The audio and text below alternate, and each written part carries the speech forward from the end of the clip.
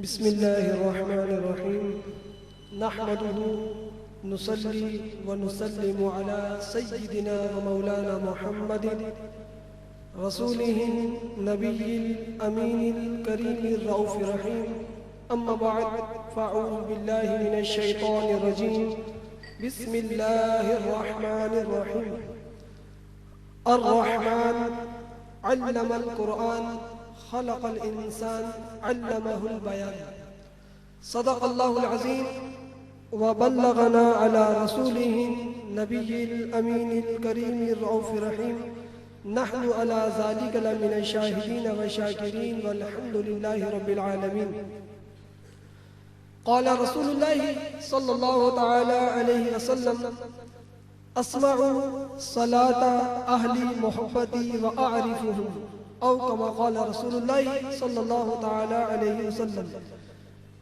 نبی کریم رؤوف الرحیم علیہ افضل الصلاۃ والتسلیم نے ارشاد فرمایا کہ اسمع میں سنتا ہوں صلاۃ اہل محبتی اپنی محبت کرنے والوں کا درود، یہ لفظی ترجمہ ہے، اپنے سے محبت کرنے والوں کا درود اسمع میں خود سنتا ہوں، اور فقط سنتا نہیں ہوں وَأَعْرِفُهُمْ اور میں انہیں پہچانتا بھی ہوں کہ کون مجھ پر کہاں سے کب کتنا درود پڑھتا ہے۔ وَأَعْرِفُهُمْ میں سمیٹ لیا سارا، ایک چھوٹا سا لفظ ہے وَأَعْرِفُهُمْ میں انہیں جانتا ہوں، کب کس وقت کتنا۔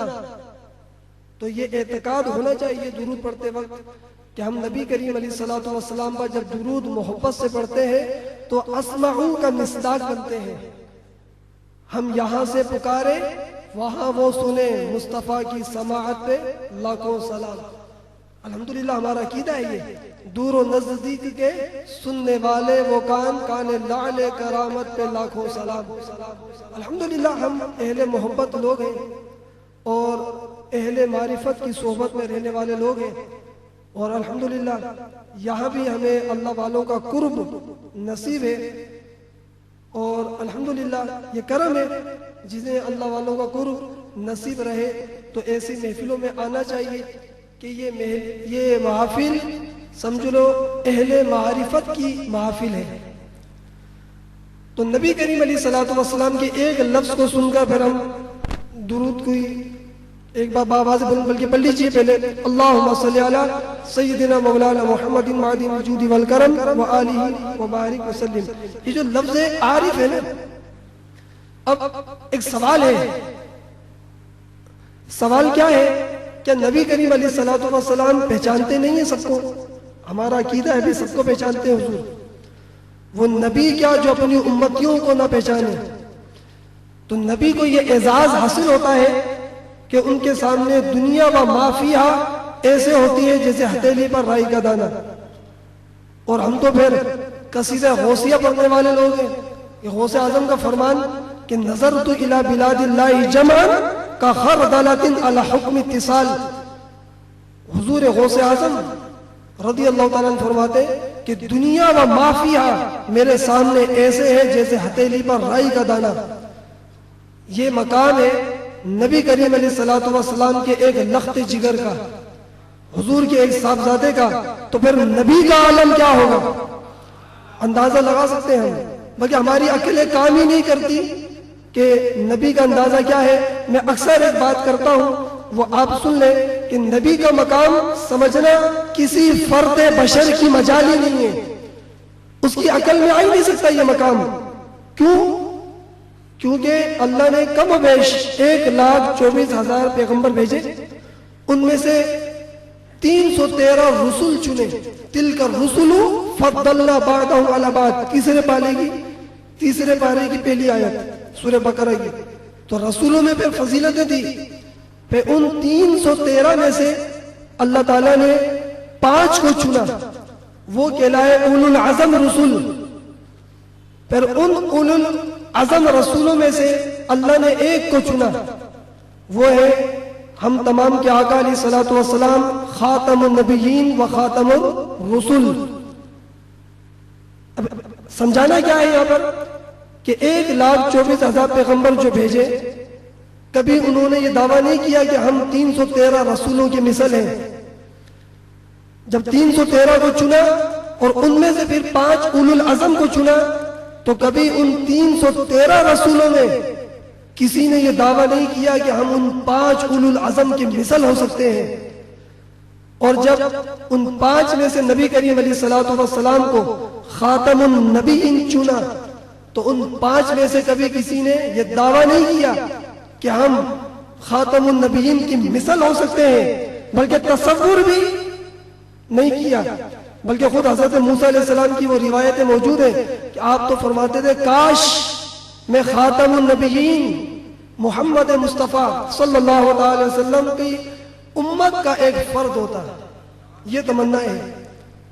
تو نبی کے مقام کو سمجھنا کسی فرد بشر کی مجال ہی نہیں ہے۔ تو اب وَعَارِفُهُمْ جو حضور نے فرمایا کہ میں انہیں پہچانتا ہوں، اسمعُ صلاۃ اہل محبتی، جو مجھ پر محبت سے درود پڑھتا ہے میں اسے سنتا بھی ہوں اور پڑھنے والے کو پہچانتا بھی ہوں۔ تو پہچان یہ ہے کہ اسے حق کی معرفت عطا کر دی جاتی ہے۔ جس کا درود حضور سن لے اسے حق کی معرفت عطا ہو جاتی ہے۔ حضرت بایزید بستامی رحمۃ اللہ علیہ کے بارے میں مشہور ہے، آپ کی تذکرے میں اور سوانح حیاتی میں لکھا ہے کہ بایزید بستامی رحمۃ اللہ علیہ جب نماز پڑھا کرتے تھے، اور جنید بغدادی رحمۃ اللہ علیہ بڑے بڑے اولیاء جلیل القدر اولیاء ہیں، جب اس مقام پہ پہنچتے تھے السلام علیکہ ایھا النبی، تو پوری توجہ دربار رسالت میں ہوتی تھی، اور فرماتے جب تک سلام کا جواب نہیں آتا تھا آگے بڑھتے ہی نہیں تھے ہم۔ یہ حقیقی معرفت، یہ حقیقی نماز۔ اس لیے فرمایا جب نماز اس مقام کو پہنچے تو سمجھ لینا الصلاۃ معراج المومن، نماز مومن کی معراج بن چکی ہے۔ تو خیر یہ تو ضمنی گفتگو میں نے کی۔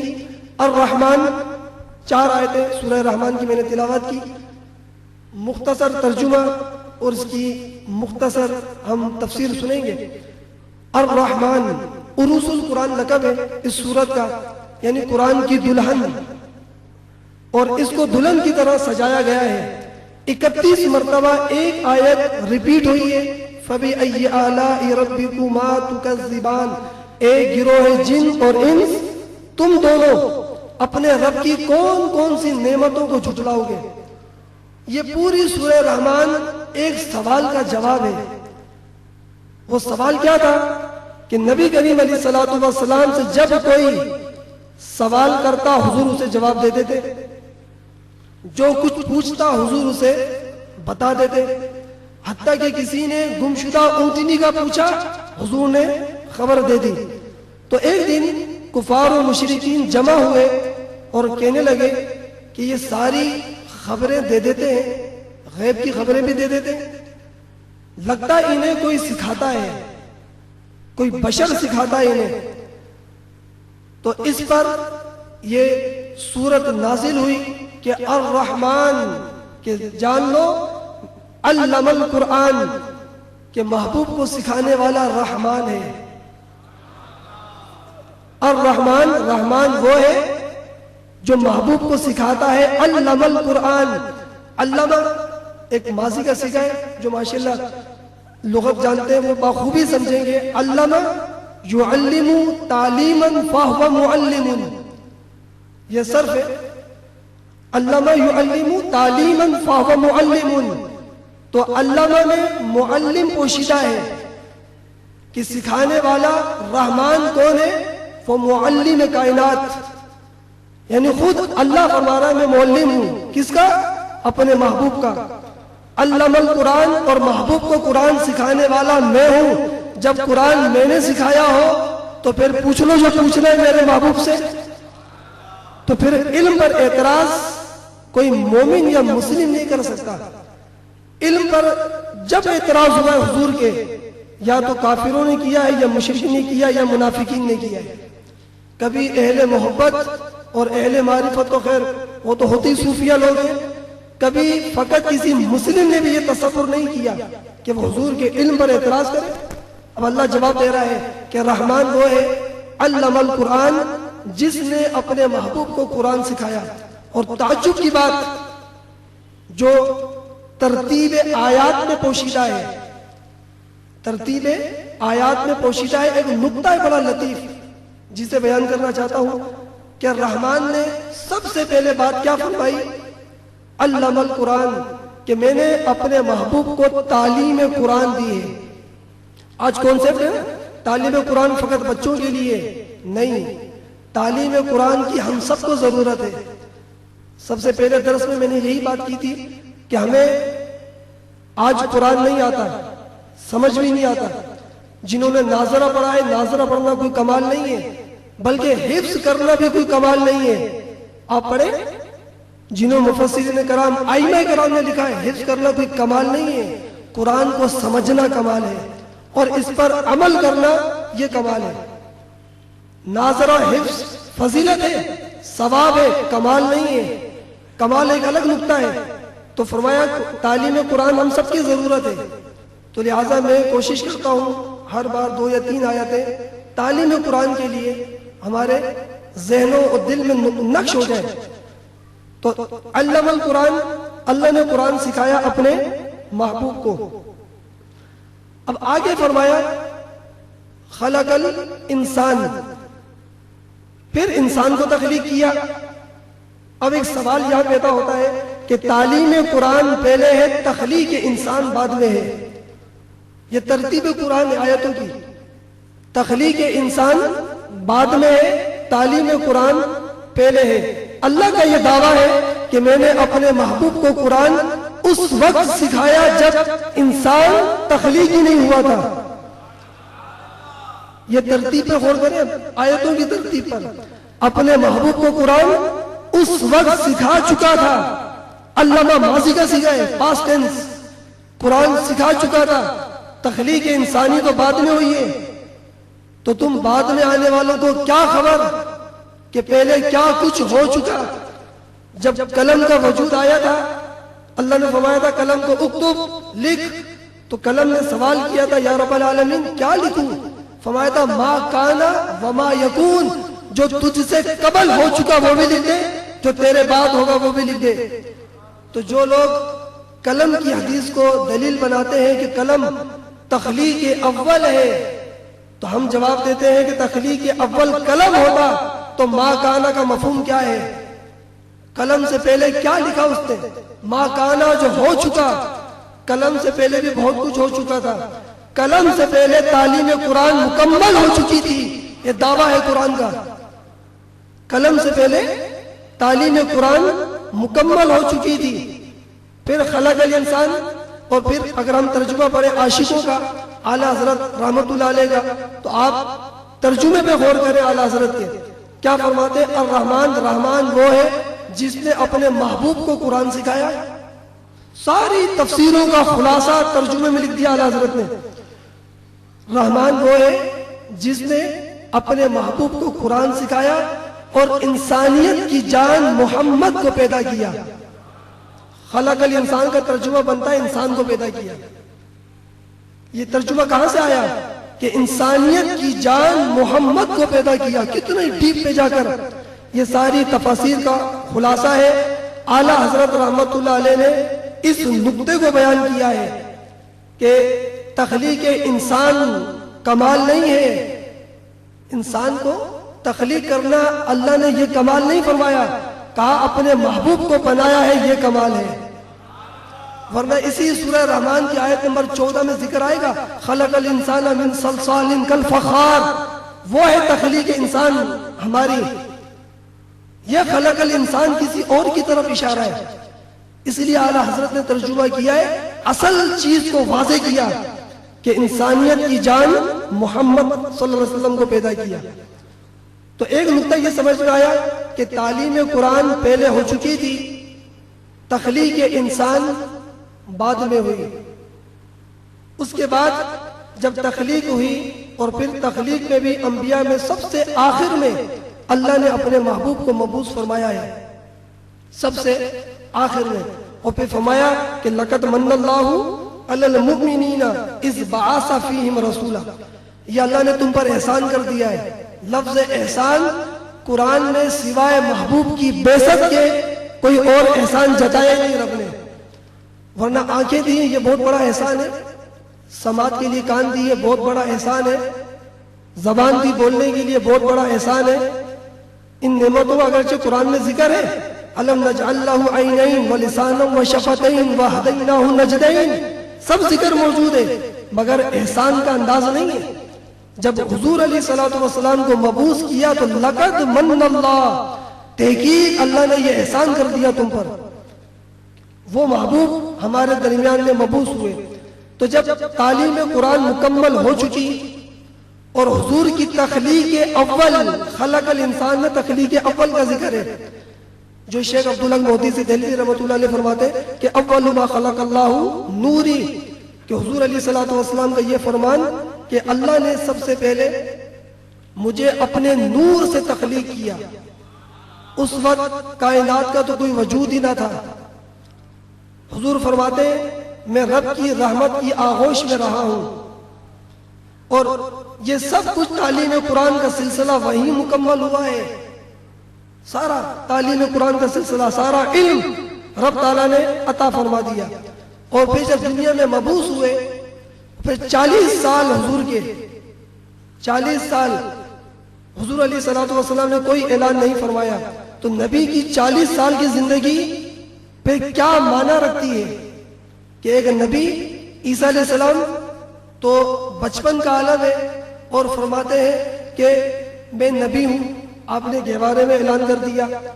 زکریہ علیہ السلام کے گھر میں جب حضرت یحییٰ علیہ السلام کی ولادت ہوئی تو یحییٰ علیہ السلام نے بچپن میں، اللہ فرماتا ہے انی جعلت نبیہ، ہم نے اس کو بچپن میں نبوت عطا کر دی. عیسیٰ علیہ السلام کو بچپن میں نبوت عطا کر دی. تو پھر کیسے ہو سکتا ہے کہ حضور کو نبوت 40 سال میں دی گئی؟ وہ اعلان نبوت ہے. ہمیں اپنے عقائد کی اور اپنے اعمال و احوال کی اصلاح بھی کرنی ہے. اعلان نبوت 40 سال میں ہے. جب کسی نے پوچھا یا رسول اللہ صلی اللہ علیہ وسلم تو پھر آپ نبی کب بنے تھے؟ تو حضور نے کیا پھر پردے اٹھائے حقیقت سے اور فرمایا کنت نبیا و آدم بین الماء والطین، کہ مجھ سے نبوت کا سوال کرنے والے میں تو اس وقت نبی تھا جب آدم مٹی اور پانی میں تھے. آدم کا وجود بھی نہ تھا، میں اس وقت بھی نبی تھا. آج ہم خطبوں میں یہ حدیث پڑھتے ہیں کنت نبیا و آدم بین الماء والطین، یہ حقیقت ہے. یہ اسی کا دعویٰ ہے اللہ جو فرما رہا ہے کہ علم القرآن، کہ ہم نے اس وقت اپنے محبوب کو قرآن بھی سکھا دیا. پھر جب 40 سال گزر گئے تو 40 سالہ زندگی، ایک بات اور عرض کروں کہ 40 سالہ زندگی یہ پریکٹیکل ہے حضور کی، پریکٹیکل لائف یعنی 40 ایئرز.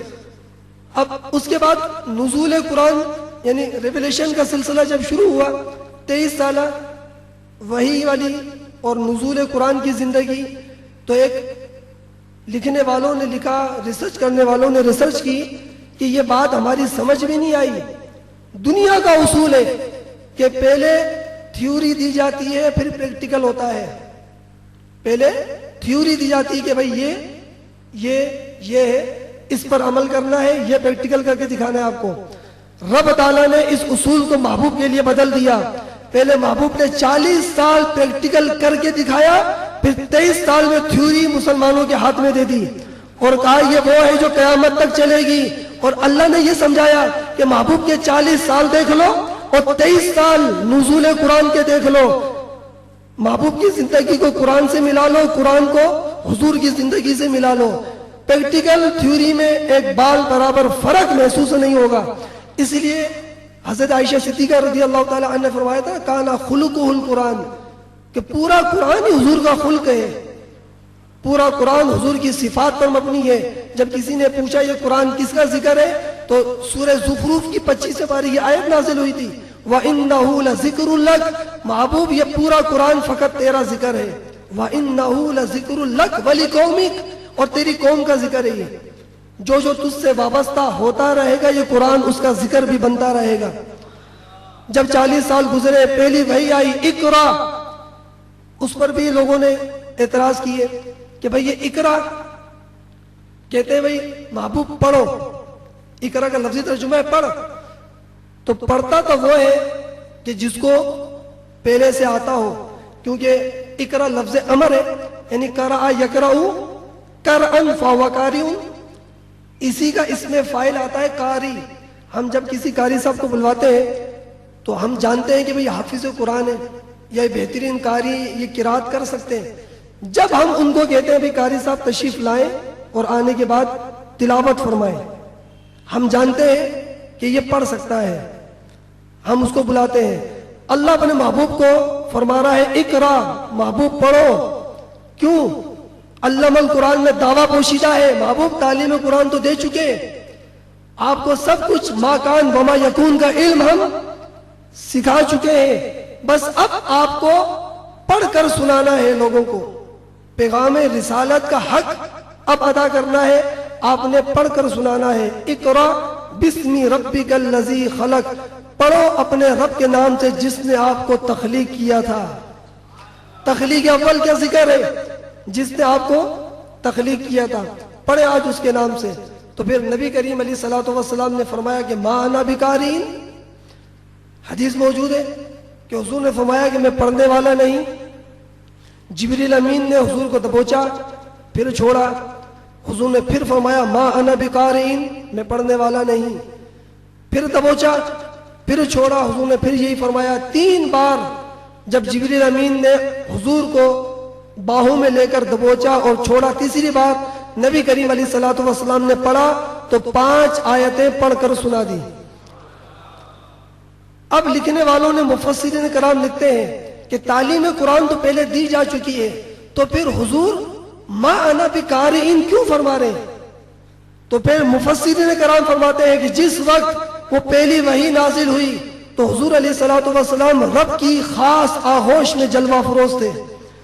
3 بار جھنجھوڑنا پڑا جب واپسی ہوئی، قابل غور جملہ یہ، 3 بار جھنجھوڑنا پڑا جب حضور نے وہ پڑھ کے سنایا۔ اور ان کی روایتوں میں صحیح بخاری، صحیح مسلم کئی حدیثیں، عائشہ صدیقہ رضی اللہ تعالیٰ عنہ کی ایک حدیث، کیونکہ وقت بڑا تیزی سے گزر رہا ہے، ایک حدیث آپ فرماتی ہیں کہ جب حضور علیہ الصلوۃ والسلام خاص رب کی بارگاہ میں عبادت میں محو ہوتے تھے تو حضور پھر دنیا و ما فیہا سے بے خبر ہوتے تھے۔ بڑی مشہور حدیث ہے، فرماتی ہے ایک دن میں جب حضور کی خدمت میں حاضر ہوئی تو حضور دعاؤں التجاؤں میں زارو کتار رو رہے، تو کافی دیر گزر گئی، تو میں نے کہا یا رسول اللہ کافی وقت گزر گیا ہے یا کافی رات بیت گئی ہے، تو اب کچھ آرام فرما لیں۔ تو حضور نے کوئی جواب نہیں دیا، میں نے دوسری بار کہا کوئی جواب نہیں ملا، میں نے تیسری بار کہا، حضور نے کوئی جواب نہیں دیا، بس میری طرف دیکھا، تو میں تھوڑی سی ڈری اور میں نے کہا کہ یا رسول اللہ کچھ آرام فرما لیں۔ تو حضور نے فرمایا من انتی، تو کون ہے؟ تو عائشہ صدیقہ رضی اللہ تعالیٰ عنہ فرماتی ہے میں گھبرا گئی کہ حضور انا عائشہ، فرمایا من عائشہ، عائشہ کون؟ فرماتی ہے مزید گھبرائی، عرض کی یا رسول اللہ عائشہ تو بنتی ابی بکر، کہا من ابو بکر، کون ابو بکر؟ فرماتی ہے مزید خوف میں اضافہ ہو رہا ہے، فرمایا ابو بکر بنت ابی قحافہ، کہا من ابو قحافہ۔ تو فرماتی ہے میں سمجھ گئی کہ حضور اس وقت اپنی کیفیت میں نہیں ہے، میں اٹھ کر وہاں سے چلی گئی۔ جب کچھ دیر کے بعد حضور کی طبیعت بحال ہوئی تو میں نے عرض کیا یا رسول اللہ میں آپ کی خدمت میں حاضر ہوئی تھی، آپ نے مجھے نہیں پہچانا؟ تو حضور نے فرمایا جب میں رب کی بارگاہ میں ہوتا ہوں تو سوائے رب کے کسی کو نہیں پہچانتا میں۔ یہ ہے اسمع صلاتی اہل محبتی وعارفہم، جہاں سے گفتگو ہم نے شروع کی ہے۔ تو حضور جس کو پہچان لے سمجھو اس کو معرفت عطا کر دی جاتی ہے۔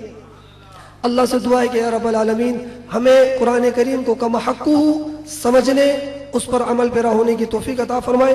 وآخر دعوانا ان الحمد للہ رب العالمین۔